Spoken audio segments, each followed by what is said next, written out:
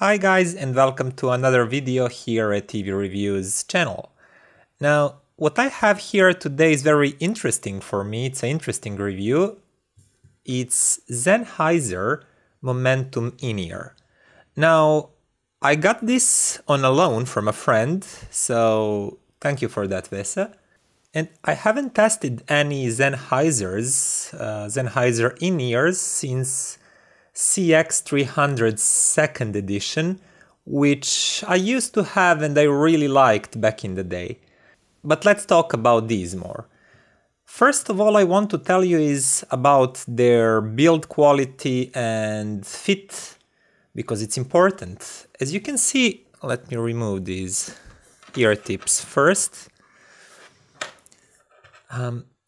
You cannot actually see that, but they're made completely out of plastic and they're very light. And cable here is also quite light and thin, so the whole thing is not heavy and not pulling these earphones down to get out of your ears. So at least in my case, I could secure really nice and stable fit, and while moving around, they wouldn't drop out of my ear. That's great. And next thing I wanted to mention is actually the cable itself. As you can see, it's permanently attached to the earphone. You cannot change it.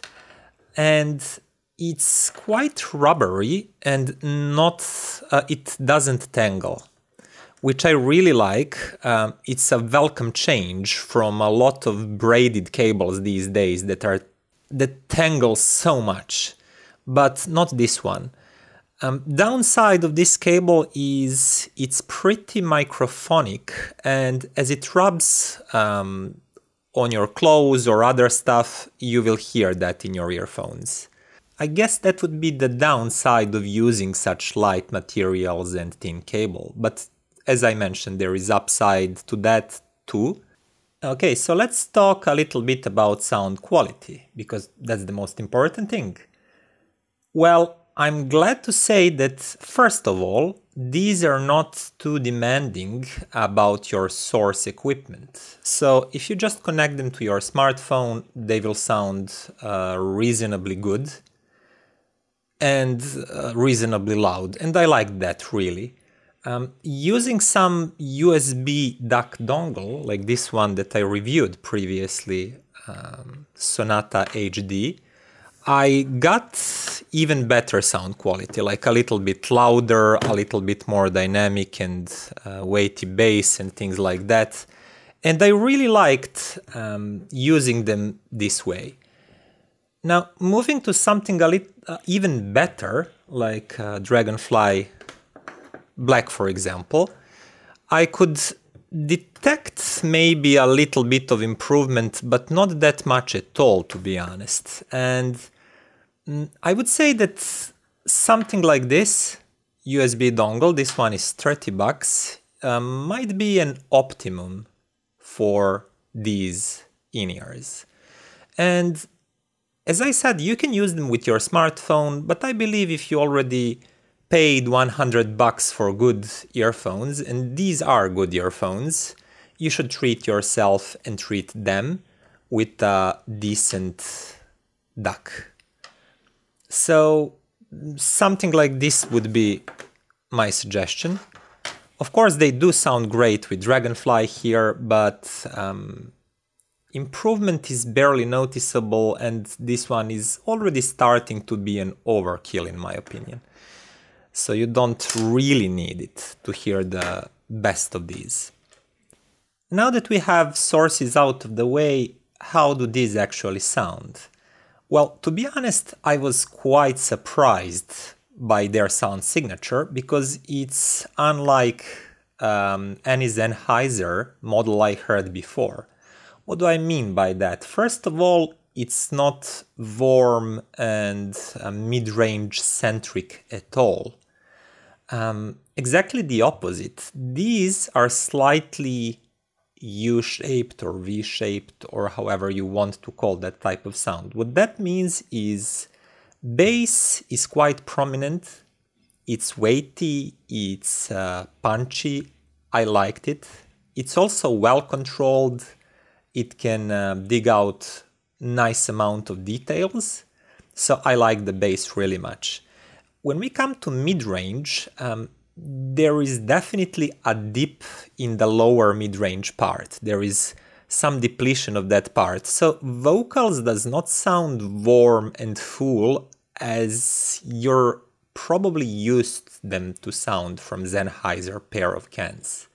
Also, higher mid-range region is pronounced, it's peaking. I don't know, it's probably somewhere around 5, 6, 7, 8 kilohertz because tiny details, edges of the voice and instruments are very pronounced. It's giving you that sense of really high resolution, but it can also make things sometimes sound a little bit edgy and grabbing for your attention. For example, vocals can sometimes have that aggressive s, sh sounds to them.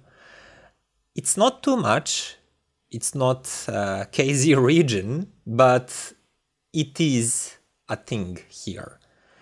And going higher to really high frequencies, everything's okay there. There is a lot of details. They can recreate that atmosphere around vocals, around microphones, small cracklings and things like that quite nicely. So, frequency spectrum aside, I liked their sound. It's clear, it's crisp, it's incisive. Instrument separation is really nice. Soundstage is as good as you can get on an in-ear model, I suppose. So it is a really accomplished sound, but slightly U-shaped or V-shaped, that I'm not used to hearing from Sennheisers, to be honest.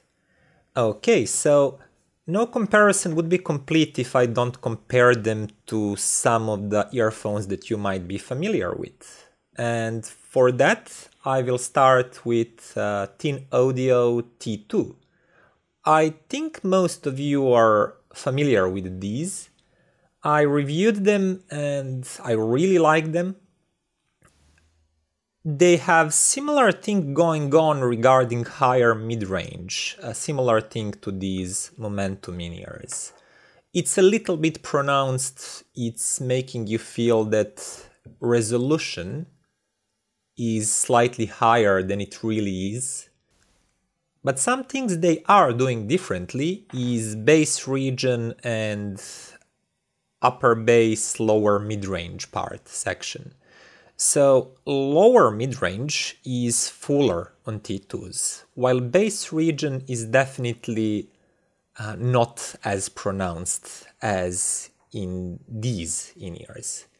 So what you get, in my opinion, with T2s is better balance, a little bit truer to real life, with especially better balanced vocals. What you get with Momentums here is punchier bass. Other than that, they're quite comparable in terms of instrument separation, overall details levels, etc. Another in-ear model that I personally use and like is very cheap Senfer DT6. I reviewed these two and I actually kept them because they have full-bodied mid-range, especially lower mid-range, that is giving like real presence and body to vocals. Also, higher tones, higher mid-range. The thing that is pronounced on these is actually a little bit toned down and it's having a dip on these, making maybe a little slightly veiled signature, warmish signature. So when I compare these two, they have again comparable level of details, but bass sounds weightier here, and vocals are full-bodied, very present and forward. No harshness whatsoever, no sibilance. These handle great because of that toned down character of upper mid-range. But also, these are slightly laid back in terms of high frequencies. You will definitely hear more air, more atmospheric details recorded around the singer, around the instruments, atmosphere from the studio, things like that, with momentums here. So personally, I prefer these to these, but it's more of a sound signature difference than it's actually quality difference. And as I said, it's funny that these sound more Sennheiser-ish than these do. And the last model I wanted to mention is all famous right now, Blon BL3. They are probably the most similar model in terms of sound signature to these momentums, because they also have quite pronounced and punchy bass line, also a little bit laid back and toned down lower mid-range, so vocals are not that full, not that pronounced in terms of body and presence. But the difference is that Blons are not having this around 6, 7, 8 kHz peak. Or even if they do a little bit, it's definitely not as pronounced as here. So they have like more tame character from the mid-range upwards than momentums. So basically what you get with Blons is like taking this slightly V-shaped response that Momentum In-Ear is offering and moving it slightly like this, making bass even more prominent and making this upper mid-range, lower high region less prominent. And that definitely shifts the balance and changes your experience. And now we come to a really interesting part. So I'm comparing these to 3 different headphones. T-Audio T2, Senfer DT6 and Blon BL3. And objectively, all of these are offering sound quality that is at a fairly similar level. Like clarity, the inside you get the instrument separation is really at the similar level here. They're just all having different sound signatures, different tonalities. And it's up to you to choose that. Of course, they do have other differences, like different cables. Some of them are removable, some not. Another interesting thing, all of these Chinese brands use aluminum. As you can see with these headphones, they're quite heavy, while Sennheisers are much lighter. There are some ups and downs to both of these decisions. These feel sturdy, but these are lighter, and at least in my experience, they will stay in your ears more securely. So another big thing that I need to mention here is price difference. These sell for around 100 bucks, while all of the other that I mentioned here are twice cheaper at least, or even more than that. So T-Audio T2 is $50 or less, depending on where you buy these. And to be completely honest, I prefer T2s to these Sennheisers. And talking about Blons and especially Senfers, they're even cheaper, they're crazy cheap, and offering same amount of fidelity with a little bit different signature. I know it's difficult to compare that because these are the only ones that you can just Go out, find a store, buy them immediately, get a 2-year warranty. If something goes bad, you can return them immediately, while these Chinese brands you usually have to order online. You have to wait, in my case for example, 10 days, 15 days.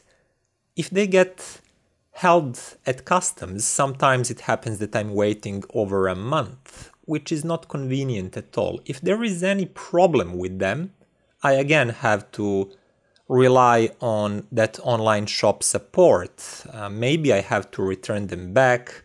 There is shipping again, there is waiting. It's a hassle, definitely. It's not convenient way to buy things. So I think it's really difficult to compare a traditional brand that is selling in traditional stores and markets that you can just enter, buy the moment you need them, the same day you need them, to these Chinese brands that are sold online only. But nonetheless, it's something I had to mention, because if you are not in the hurry, if you are feeling adventurous and willing to wait, you can get this sound quality, which is great. That's not the thing here. The sound quality of these is great, but you can also get it with some much cheaper models. And as I mentioned, some of them I even prefer sonically because of their different sound signature. Okay, so that would be it for today. I really hoped you enjoyed this review. And if you did, please click subscribe and share this channel with your friends. Also, don't forget to visit my new website that has all of these reviews just in a written form that is often more comprehensive and more detailed than these videos because of a limited time here.